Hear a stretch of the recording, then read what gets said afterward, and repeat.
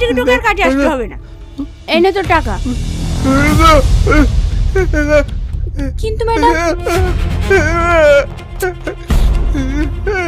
নে ধর, এখন থেকে ওর সব কাজ আমরাই করবো।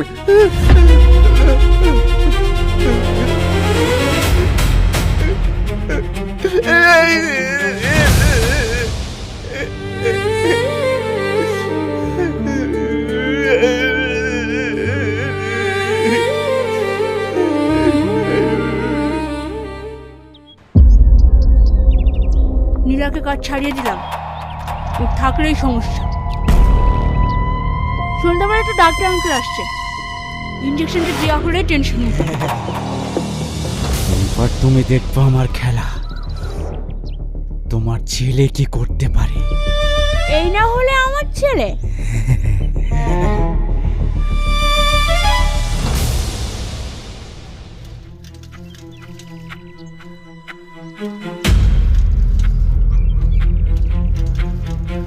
আরে নীলা, কোথায় যাচ্ছ?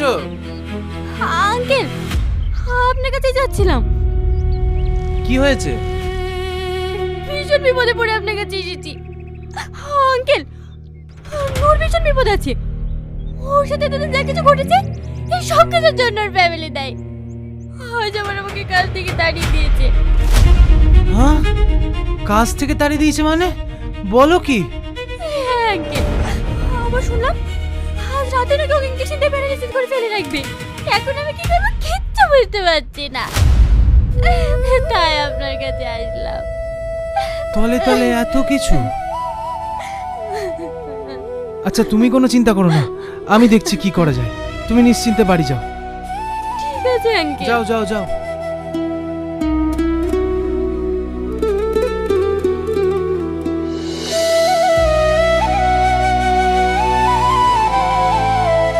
তুই চলে এসে তাড়াতাড়ি হাত মুখ দেয়, এসে খেলে।